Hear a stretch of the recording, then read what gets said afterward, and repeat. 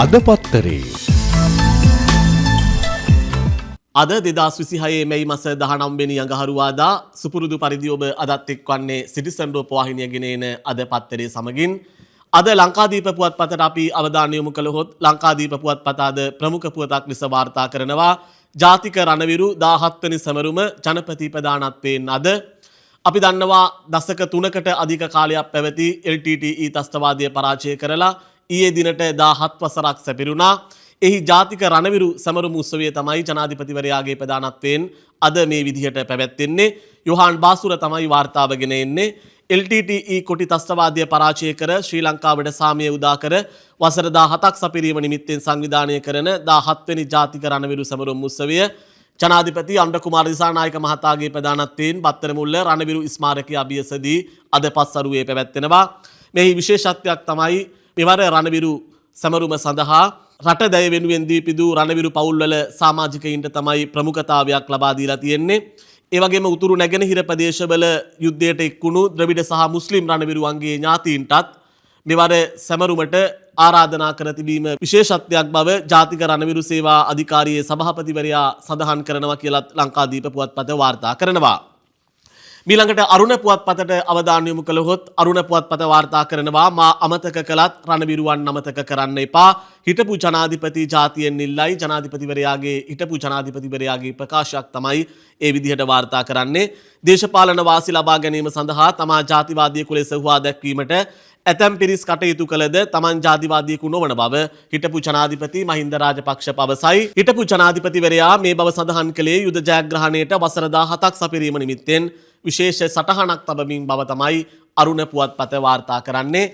එම පුවතම වාර්තා කරනවා ලංකාදීප පුවත්පතත් විජයග්‍රහණයේ සමරුමට මහින්දට ඇරයුම් නැහැ. සුජිත් ඒවාජූලිගේ තමයි වාර්තාව ගෙන එන්නේ. විජයග්‍රහණයේ සමරුමට හිටපු ජනාධිපති මහින්ද රාජපක්ෂට ඊයේ සවස වනතුරුම නිල ආරාධනයක් කර නොතිබූ බව හිටපු ජනාධිපතිවරයාගේ මාධ්‍ය ප්‍රකාශක නීතිඥ මනෝජ් ගමගේ මහතා පැවසීය. මහින්ද රාජපක්ෂ හිටපු ජනාධිපතිවරයාට මෙම උත්සවයට ආරාධනා කර ඇතැයි අමාත්‍ය උපාලි පණ්ඩිල මහතා කර ප්‍රකාශය අසත්‍ය බවද ඔහු ප්‍රකාශ කළේය. එසේම එම අමාත්‍යවරයා හිටපු ජනාධිපතිවරු සියලු දෙනාට මෙම උත්සවයට ආරාධනා කර ඇති අවස්ථාවක මහින්ද රාජපක්ෂ ජනාධිපතිවරයා පමණක් විශේෂ නැතැයි එහිදී ප්‍රකාශ කර ඇති බවකි මනෝජ් ගමගේ මහතා 30 අවුරුදු යුද්ධය නිමා කළ 5 වෙනි විධායක ජනාධිපතිවරයා මාලිමාවට විශේෂ නැති වුවත් මේ රටේ කෘතගුණ දත් ජනතාවට විශේෂ බව ඔහුට පෙන්වා දෙන්නේ යයිද සඳහන් කළ බව තමයි ලංකාදීප පුවත්පත වාර්තා කරන්නේ. මීළඟට ලංකාදීප පුවත්පතම මහින්ද රාජපක්ෂ මහතා සම්බන්ධ තවත් පුවතක් වාර්තා කරනවා. හිටපු ජනාධිපති මහින්දත් රණවිරුවන් සමරා ඡායාරූපයක් සමග තමයි මේ පුවත වාර්තා කරන්නේ. වීරෝදාර රණවිරුවන් 30 වසරක LTTE ත්‍රස්තවාදී අවසන් කර ඊයේට වසර 17ක් සම්පූර්ණ වූ අතර එවකට සේනාධිනායකයා වූ හිටපු ජනාධිපති මහින්ද රාජපක්ෂ කිරුළ පැන පිහිට නිවසේදී ඊයේ සන්ධ්‍යාවේ පොල්තෙල් පහන් දල්වා රණවිරු දිනය සැමරූ අයුරු තමයි මේ විදිහට වාර්තා කරන්නේ. ඡායාරූපයක් සමග පාර්ලිමේන්තු මන්ත්‍රී නාමල් රාජපක්ෂ මහතා හිටපු ජනාධිපති ආර්යා ශිරන්ති රාජපක්ෂ මැතිණිය ඇතුළු පිරිසක් එම අවස්ථාවට සහභාගී වී සිටින අයුරුත් ඡායාරූපයේ දැක්වෙනවා. මීළඟට ඊට සමානම තවත් පුවතක් වාර්තා කරනවා. එම පුවත මං හිතන්නේ සමාජ මාධ්‍ය ජාලාවලත් ඔබ දකින්න ඇති විමල් වීරවංශ මහතාට ඊයේ සිදු වුණු සිද්ධිය. එම පුවත වාර්තා කරනවා ලංකාදීප පුවත්පත මේ විදිහට විමල් බිම ජාතික නිදහස් පෙරමුණේ නායක හිටපු අමාත්‍ය විමල් වීරවංශ මහතා බත්තරමුල්ල රණවිරු ස්මාරකයට පුෂ්පෝපහාර දැක්වීමට ඊයේ ගිය අවස්ථාවේ පොලිසියෙන් බාධා කිරීම හේතුවෙන් එහි උණුසුම් තත්ත්වයක් ඇති විය. එම බාධා කිරීම නොතකා රණවිරු ස්මාරකයේ අසලට දිව යාමට උත්සාහ කළ අවස්ථාවේ විමල් වීරවංශ මහතා බිම ඇද වැටි ඇති අයුරු තමයි එම ඡායාරූපයෙන් දැක්වෙන්නේ. විමල් බිම කියලා ඡායාරූපයක් සහිතව එම පුවත වාර්තා කරනවා. එම පුවතම අරුණ පුවත්පතත් වාර්තා කරනවා ඡායාරූපයක් සමගම රණවිරු සැමරුමට ගිය විමල් වීරවංශ පොළව සිපගනී. ඒ විදිහට තමයි එම පුවත වාර්තා කරන්නේ. යුද ජයග්‍රහණයේ 17 වසරක් සපිරීම නිමිත්තෙන් පාර්ලිමේන්තුව අසල රණවිරු ස්මාරකයට පුෂ්පෝපහාර දැක්වීමට හා ජාතික නිදහස් පෙරමුණේ නායක හිටපු පාර්ලිමේන්තු මන්ත්‍රී විමල් වීරවංශ ඇතුළු පිරිසකට පොලිසිය විසින් අවස්ථාව නොදීම හේතුවෙන් ඊයේ උණුසුම්කාරී තත්ත්වයක් ඇති වුණා. එම අවස්ථාවේ ඡායාරූපයක් තමයි මේ විදිහට අරුණ පුවත්පත වාර්තා කරන්නේ. ඊළඟට ඊට සමාන පුවතක් වාර්තා කරනවා ලංකාදීප පුවත්පත. රණවිරු සමරුමට බාධා කළයි විමල්ට එරෙහිව පොලිසිය උසාවියයි ජාතික රණවිරු දින සමරුම් වෙනුවෙන් ඊයේ පාර්ලිමේන්තු ක්‍රීඩාංගණයේ රණවිරු ස්මාරකයේ අභියසදී පැවැත්වූ පෙරහුරුවෙන් අනතුරුව එම ස්ථානයට පැමිණ බාධා කළයි හිටපු පාර්ලිමේන්තු මන්ත්‍රී විමල් වීරවංශ මහතා ඇතුළු 35 දෙනෙකුට එරෙහිව අධිකරණ ක්‍රියාමාර්ග ගන්නා බව පොලිස් මාධ්‍ය ප්‍රකාශක උදය කුමාර් චූලට්ටි මහතා පවසයි. එම පෙරහුරුව පැවැත්වෙන අවස්ථාවේදී හිටපු පාර්ලිමේන්තු මන්ත්‍රී විමල් වීරවංශ මහතා ඇතුළු කණ්ඩායම රණවිරු ස්මාරකයට පුෂ්පෝපහාර දැක්වීමට අවශ්‍ය බව පවසමින් එම ස්ථානයට ඇතුල් වීමට යාමේදී ආරක්ෂක අංශය වැළැක්වුවේය. කෙසේ වෙතත් විමල් වීරවංශ මහතා ඇතුළු පිරිස එම ස්ථානයේ සිටි ආරක්ෂක අංශ නිලධාරීන්ගේ රාජකාරියට බාධා කරමින් එම ස්ථානයට ඇතුල් වීම සමග එම ස්ථානයේ උණුසුම්කාරී තත්ත්වයක් ඇති විය. කෙසේ වෙතත් ආරක්ෂක අංශ නිලධාරී වූ විමල් වීරවංශ මහතා ඇතුළු කණ්ඩායමට රණවිරු ස්මාරකයේ අභියසට යාමට ඉඩ නොදී ආරක්ෂක වලලු දමා ඇතුල් වීම වැළැක්වුවා. ජාතික රණවිරු සමරුම් උළෙල අද ජනාධිපති අනුර කුමාර දිසානායක මහතාගේ ප්‍රධානත්වයෙන් පාර්ලිමේන්තු ක්‍රීඩාංගණයේදී පැවැත්වීමට නියමිත බව තමයි ලංකාදීප පුවත්පත වාර්තා කරන්නේ. පොලිසිය මේ විදිහට කරුණු දක්වනකොට විමල් වීරවංශ මහතා මේ විදිහට ප්‍රකාශයක් සිදු කරනවා රණවිරු දිනේදී ඕනෑම අයෙකුට මල් තබන්න ස්මාරකය ළඟට යන්න පුළුවන්. විමල් වීරවංශ මහතා සිදු කළ ප්‍රකාශය තමයි මේ විදිහට අරුණ පුවත්පත වාර්තා කරන්නේ. බෙදුම්වාදී ත්‍රස්තවාදීන්ගෙන් රට බේරාගත් රණවිරුවන්ට උපහාර පිදීම සඳහා ශ්‍රී ජයවර්ධනපුර කෝට්ටේ රණවිරු ස්මාරකයේ වෙත ගිය තමා ඇතුළු පිරිසට පොලිසිය ඊයේ බාධා කර එම ස්ථානයට යාමට ඉඩ නොදුන් බව ජාතික නිදහස් පෙරමුණේ නායක හිටපු ඇමති විමල් වීරවංශ සඳහන් කළේය. මීට වසර 17කට පෙර ආතුව ජන සංහාරයක් වූ බව කියමින් නන්දි කඩාල් ඇතුළු උතුරේ කොටි හිතවාදීන් ලවුඩ් ස්පීකර් බැඳ කටයුතු කරද්දී පොලිසිය ඒ දෙස නිහඬව බලා සිටින බවද මානුෂීය මෙහෙයුමට වසර 17ක් සපිරීම නිමිත්තෙන් කොළඹ 7 ලක්ෂ්මන් කදිරගාමර අනුස්මරණ මධ්‍යස්ථානයේ ජාතික නිදහස් පෙරමුණ විසින් ඊයේ පැවැත් වූ වීර වන්දනාමාන විජයග්‍රහණයේ 17 වෙනි සමරුමට එක්වමින් වීරවංශ මහතා මේ බව සඳහන් කළේය. වසර 33යි මාස 9යි සති 3ක් තිස්සේ මෙරට පැවති කොටි බෙදුම්වාදී ත්‍රස්තවාදය වසර 17කට පෙර එනම් 2019 මැයි මාස 18 වෙනිදා විජයග්‍රාහීව නිමාවට පත් කළ විරෝධාර රණවිරුවන් වෙනුවෙන් ඕනෑම අයෙකුට රණවිරු ස්මාරකයක් වෙත ගොස් මල් කලබත් තබා ඔවුන්ව සිහි කිරීමට හැකිමුත් වත්මන් ආණ්ඩුව ඊට ඉඩ නොදුන් බවද වීරවංශ මහතා සඳහන් කරන බව තමයි අරුණ පුවත්පත වාර්තා කරන්නේ. ඊළඟට අරුණ පුවත්පත වාර්තා කරනවා මානුෂීය මෙහෙයුමේදී මිනිසත්කම පෙන්වූ රණවිරුවා හමුදා මූලස්ථානයේ ඇගයුමට ලක්වේ. වෙල්ලමුල්ල වයිකාල්ලීදී මහලු ද්‍රවිඩ කාන්තාවක ඔසවාගෙන එන කෝප්‍රල් ශාන්තප්‍රිය ගැන තමයි මේ විදිහට වාර්තාවක් ගෙන එන්නේ.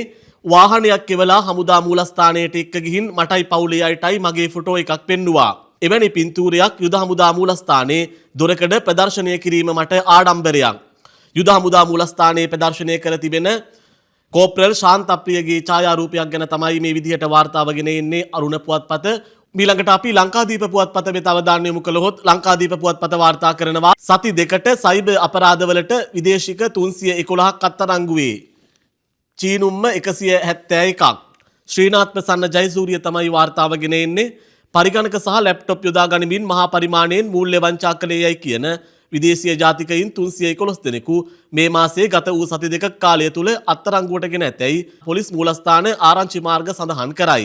එම පිරිස අතර විදේශීය කාන්තාවන් රැසක් සිටින බව පොලිසිය කියයි. අත්අඩංගුවටගත් මෙම විදේශීය ජාතිකයින් ළඟ තිබී සයිබර් අපරාධ සඳහා යොදාගත් බවට සැලකෙන ලැප්ටොප් සහ පරිගණක යන්ත්‍ර 100කට ආසන්න තොගයක්ද නවීන පන්තියේ ජංගම දුරකථන 600කට ආසන්න තොගයක්ද පොලිසිය භාරයට ගෙන ඇති බව තමයි ලංකාදීප එම වාර්තාවේ දැක්වෙන්නේ. ඊළඟට ලංකාදීප පුවත්පත තවත් ප්‍රමුඛ පුවතක් ලෙස වාර්තා කරනවා ටෙන්ඩරයේ අවුලට මුද්‍රණය අත්හිටුවා වසරයි.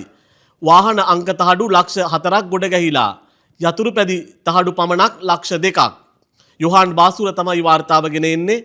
මෝටර් වාහන අංක තහඩු මුද්‍රණය කිරීම අත්හිටුවා වසර කාලයක් ගත වී ඇති වර්තමානයේ වන විට මුද්‍රණය කර නිකුත් කිරීමට වාහන අංක තහඩු ලක්ෂ 4කට ආසන්න සංඛ්‍යාවක් එකතු වී ඇති බව මෝටර් රථ ප්‍රවාහන කොමසාරිස් දෙපාර්තමේන්තුවේ උසස් නිලධාරියෙක් පවසනවා.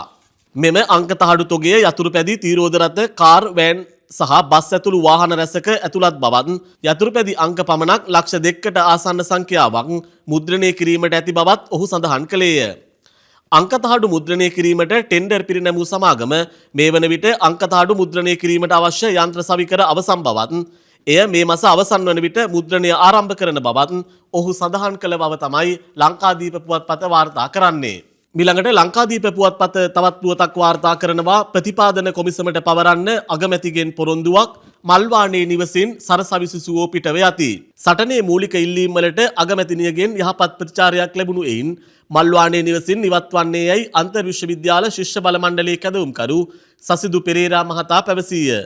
අගමැති කාර්යාලයේදී ඊයේ පෙරවරුවේ අගමැතිනිය සමග පවත්වන සාකච්ඡාවෙන් අනතුරුව මල්වානේ නිවසට පැමිණ මාධ්‍ය දැනුවත් කරමින් සසිදු පෙරේරා මෙසේ කීය. අගමැතිනිය අපට දුන් පොරොන්දුව වචනයකට පමණක් සීමා නොවිය යුතුයි. අප එතුමිය කෙරෙහි දැඩි විශ්වාසයක් ලැබුවා. ඒ නිසා එම පොරොන්දුව වචනයට පමණක් සීමා නොවි මහ පොළොවේ යථාර්ථයක් වනතුරු අපි බලා සිටිනවා. අපි ලබාගත් නිදහස් අධ්‍යාපනය අපට වඩා පුළුල් විදියට අනාගත පරපුරට ලැබෙන තුරු ඉදිරි ක්‍රියාමාර්ග ගන්නවා. ඔහු සඳහන් කළ ප්‍රකාශයක් තමයි ලංකාදීප පුවත්පත මේ විදිහට වාර්තා කරන්නේ. රුපියල තවත් බාල්දු වෙයි. ඩොලරය දැන් 334ක්. විමුක්තිය රුද්‍රිගූ තමයි මේ වාර්තාව ගෙන එන්නේ. ඇමරිකානු ඩොලරයට සාපේක්ෂව ශ්‍රී ලංකා රුපියලේ අගය ඊයේ දින අඩු විය. ශ්‍රී ලංකා මහ බැංකුව ඊයේ නිකුත් කළ විනිමය අනුපාතිකය අනුව ඇමරිකානු ඩොලරයක විකුණුම් මිල රුපියල් 334යි 726ක් වූ අතර ගැනුම් මිල රුපියල් 326යි 774ක් විය. ශ්‍රී ලංකා මහ බැංකුව පසුගිය 15 වෙනිදා නිකුත් කළ විනිමය අනුපාතිකයේ ඇමරිකානු ඩොලරයක විකුණුම් මිල රුපියල් 331යි 715ක් වූ අතර ගැනුම් මිල රුපියල් 323යි 753ක් වූවේය. මැද පෙරදිග යුද්ධය ආරම්භ වීමෙන් පසුව මේ වසරේ ආරම්භයේ සිට මැයි මාසයේ මැද දක්වා ඇමරිකානු ඩොලරයට සාපේක්ෂව ශ්‍රී ලංකා රුපියල 5%කට වැඩි ප්‍රමාණයකින් අවප්‍රමාණය වී ඇතැයි මහ බැංකු දත්ත වාර්තා කරන බව තමයි ලංකාදීප පුවත්පත වාර්තා කරන්නේ. ඊළඟට ලංකාදීප පුවත්පතේ ඇතුළු පිටුවේ අවධානය යොමු කළහොත් ටින් නැත්නම් හිරේ දේශීය ආදායම් සංශෝධන කෙටුම්පත අද මැති සභයට ටින් අංකය ලබා නොගන්නා අයට දඩුවම් නියම කෙරෙන දේශීය ආදායම් සංශෝධන පනත් කෙටුම්පත පිළිබඳ දෙවෙනි වර කියවීමේ විවාදය පාර්ලිමේන්තුවේදී අද පැවැත්තේ. වයස අවුරුදු 18ට වැඩි සෑම පුරවැසියෙකුටම ගැනීම අනිවාර්ය කර ඇති අතර හඳුනා ගැනීමේ අංකයේ හෙවත් ටින් අංකය නොගැනීම නිසි ලෙස බදුගුණු වාර්තා දේශීය ආදායම් දෙපාර්තමේන්තුවට ඉදිරිපත් කිරීමට අපොහොසත් වීම සහ දේශීය ආදායම් කොමසාරිස් ජෙනරාල්වරයා හමුවේ අවශ්‍ය මොහොතක පෙනී නොසිටීම අපරාධමය වරදක් ලෙස දැක්වෙන සංශෝධන මෙම පනත් කෙටුම්පතට ඇතුළත් වේ. රටේ බදු ගෙවන පිරිස වැඩි කර ගැනීම සහ බදු ආදායම දළදේශීය නිෂ්පාදනයෙන් 120ක ඉලක්කයක් කරා ළඟා කර ගැනීම මේ වැඩපිළිවෙලේ අරමුණ බව දේශීය ආදායම් දෙපාර්තමේන්තුව පවසයි. මේ අතර මෙම වරද යටතේ වරදකරුවන් වන්නන්ට රුපියල් ලක්ෂ 4ක දඩයක් සහ සිර දඩුවමක් ලබා දිය හැකි බව සඳහන් වේ. දේශීය ආදායම් සංශෝධන පනත් කෙටුම්පත පිළිබඳ විවාදය අද පෙරවරු 11:30 සිට පස්වරු 5 දක්වා පැවැත්තේ. ඉන් අනතුරුව සභාව කල් තබන අවස්ථාවේ විවාදයක්ද පැවැත්වීමට නියමිත බව තමයි ලංකාදීප පුවත්පත වාර්තා කරන්නේ. ඊළඟට ලංකාදීප පුවත්පතේ විපක්ෂ නායක සජිත් ප්‍රේමදාස මහතා කළ ප්‍රකාශයක් මේ විදිහට වාර්තා කරනවා. රජයේ නව බදු ප්‍රතිපත්තිය ප්‍රජාතන්ත්‍රවාදයට මරු පහරක්. රජයේ නව බදු ප්‍රතිපත්තිය ප්‍රජාතන්ත්‍රවාදයට එල්ල කරන මරු පහරක් බව ජාතික ජනබලවේගයේ නායක විපක්ෂ නායක සජිත් ප්‍රේමදාස මහතා පැවසීය. ඔහු මෙසේ පැවසුවේ බදු සම්බන්ධයෙන් විශේෂඥවරුන් ව්‍යාපාරිකයින් ඇතුළු පාර්ශවයන් සමග පැවති හමුවකදීය. මෙම හමුව විපක්ෂ නායක කාර්යාලයේදී පැවැත්වින සිරගත කරනවා යන තර්ජනය කිරීම අරහා බදු එකතු කිරීම ප්‍රජාතන්ත්‍ර විරෝධී ක්‍රියාවක් බවද සජිත් ප්‍රේමදාස මහතා ප්‍රකාශ කළේය. රජයේ මෙම ක්‍රියාව ප්‍රජාතන්ත්‍රවාදයට විරුද්ධ වීමක් බවත් මූලික හා මානව අයිතිවාසිකම් උල්ලංඝනය කිරීමක් මෙන්ම ව්‍යාපාරික ප්‍රජාව බීතියකට නැංවීමක් බව විපක්ෂ නායකවරයා කළ ප්‍රකාශය තමයි ඒ විදිහට ලංකාදීප පුවත්පත වාර්තා කරන්නේ. ඊළඟට නාමල් රාජපක්ෂ මහතා කළ ප්‍රකාශයක් සම්බන්ධයෙන් මේ විදිහට වාර්තා කරනවා. නීතියට උඩින් කවුරුත් නැත්නම් සැකකාරයන්ට දිවි එපා කර වූ අයගෙනුත් ප්‍රශ්න කරන්න. යොහාන් බාසුර තමයි වාර්තාවගෙන එන්නේ. නීතියට උඩින් කවුරුත් නෑ යයි ජනාධිපතිවරයා පවසනවා නම් සැකකාරයන් දිවි නසා ගන්න තත්ත්වයකට පත් කර වූ අයගෙන් ප්‍රශ්න කළ යුතු බව ශ්‍රී ලංකා පොජ්ජන පෙරමුණේ ජාතික සංවිධායක පාර්ලිමේන්තු මන්ත්‍රී නාමල් රාජපක්ෂ පැවසීය. කැස්බෑවේ පැවති ජනහමුවකදී නාමල් රාජපක්ෂ මහතා මෙසේ කීය. නීතියට උඩින් කවුරුත් නෑ යයි ජනාධිපතිතුමා පැවසුවද බාල ගල්ලංගුරු ගෙනාපු අයගෙන් ප්‍රශ්න කරන්න.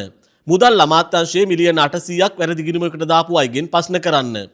බොරු සාක්ෂි දෙනවා කියලා සියදිවි නසා ගන්න තත්ත්වයට සැකකරුවන් පත් කරන අයගෙන් ප්‍රශ්න කරන්න. ජනාධිපතිතුමනි, ලෝකේ වැඩියෙන්ම ගෙවලා තෙල් මිලදී ගත් අයගෙනුත් ප්‍රශ්න කළ යුතුයි යනුවෙන් නාමල් රාජපක්ෂ මහතා කළ ප්‍රකාශය තමයි ඒ විදිහට ලංකාදීප පුවත්පත වාර්තා කරන්නේ. ඊළඟට මහාචාර්ය ජී.එල්. පීරිස් මහතා කළ ප්‍රකාශයක් වාර්තා කරනවා නොහැකියාව වහගන්න ආණ්ඩුව මර්ධනය දිනෙන් දින ක්‍රියාත්මක කරනවා. නිමල කොඩිතුවක්කු තමයි වාර්තාව ගෙන එන්නේ. තම නොහැකියාව වසා ගැනීමට ආණ්ඩුව දිනෙන් දින මර්ධනය ක්‍රියාත්මක කරමින් සිට බව හිටපු අමාත්‍ය මහාචාර්ය ජී.එල්. පීරිස් මහතා කොළඹදී ඊයේ පැවසීය. ඉන්ධන මිල විදුලි බිල ඇතුළු බඩු මිල විශාල ප්‍රමාණයක් වැඩි වී ඇති බවත් රුපියල දවසින් දවස දරුණු ලෙස අවප්‍රමාණය වෙමින් රටේ ආර්ථිකය බංකොලොත් වෙමින් තිබෙන බවද ඔහු ප්‍රකාශ කළේය. ඔහු මෙසේ පැවසුවේ කොළඹ මල්පාරේ දේශපාලන කාර්යාලයේ පැවති ඒකාබද්ධ විපක්ෂයේ ප්‍රවෘත්ති සාකච්ඡාවකට එක්වමින් කියලා තමයි ලංකාදීප පුවත්පත වාර්තා කරන්නේ. ඊළඟට අපි අරුණ පුවත්පතේ ඇතුළු පිටුවේ අවධානය යොමු කළහොත් අනියම් සම්බන්ධයක් යයි සැකසිති සැමියා සමග බහිම්බස් වී බිරිඳ ත්‍රීවිලයෙන් පැන මරුට. F. අස්ලම් තමයි මේ වාර්තාව ගෙන එන්නේ. තම සැමියා අනියම් සම්බන්ධයක් පැවැත්වුවේ යයි සැකසිතු 24 වෙනිදි කාන්තාවක් සැමියා විසින් පදවන ලද තීරෝධ රථයෙන් පිටතට පැනීම නිසා මියගොස් ඇතැයි පනාමුරේ පොලිසිය පවසයි. මෙලෙස මියගොස් ඇත්තේ බුලුතොට යක්මඩිත්ත ප්‍රදේශයේ පදිංචි දිල්හාරා සෙව්වන්ති නැමැති කාන්තාවක් බව පොලිසිය සඳහන් කරයි. මෙම කාන්තාව තම සැමියා සමගින් පසුගිය 12 වෙනිදා පනාමුර ප්‍රදේශයේ පදිංචි තම දෙමව්පියන් බැලීමට ගොස් ඇති අතර එහිදී සැමියා සමගින් බහිම්බස් වීමක් සිදුව ඇත. එම අවස්ථාවේදී උරණ වූ බිරිඳ තමන්ගේ තීරෝධ රථයෙන් පිටතට පනින බව පවසා එක්වරම රථයෙන් පිටතට පැන ඇත. බරපතල තත්ත්වයේ පසු වූ ඇය ගාල්ල කරාපිටිය ශික්ෂණ රෝහලට මාරු කර යවා ප්‍රතිකාර ලබමින් සිටියේදී මෙලෙස මියගොස් ඇති බව තමයි අරුණ පුවත්පත වාර්තා කරන්නේ. ඊළඟට අද ප්‍රධාන පුවත්පත්වල කාටුන් විශේෂාංග වෙත අවධානය යොමු කළහොත් අරුණ පුවත්පතේ ගපිරිගේ කවිය කාව්‍ය විශේෂාංගයට අපි අවධානය යොමු කරමු. එහි ප්‍රස්තුතය තමයි උනොත් සොරි කියලා තමයි දැක්වෙන්නේ. හර්ෂද සිල්වාගේ තනතුරු කටන්දරේ ඇහිලා සජබේ අය බය වී වගේ දොරේ. පොන්සේකාත් ඉගිබිගි දෙයි හිමින් සැරේ වැඩ්ඩෝ සෙට්ටුනොස් සජබෙට චොරම චොරේ. ඊළඟට ලංකාදීප පුවත්පතේ ලයන්ගේ අනේ අනිච්චං කාව්‍ය විශේෂාංගයට අපි අවධානය යොමු කළහොත් රේල් පාරේ යකඩත් කන කුඩ්ඩන්ට ජීවිත ආනි නොතැකෙන්නේ ජඩකමට බර වැඩි නිසා මේ නරුමයෝ රටදැයට හැකිනම් පිටු වහල් කළ යුතු මුරුසියට. ඒ සමගින් අද පත්තරෙන් සමුගන්නවා සුපුරුදු පරිදි හෙට දිනේත් හමු වෙමු.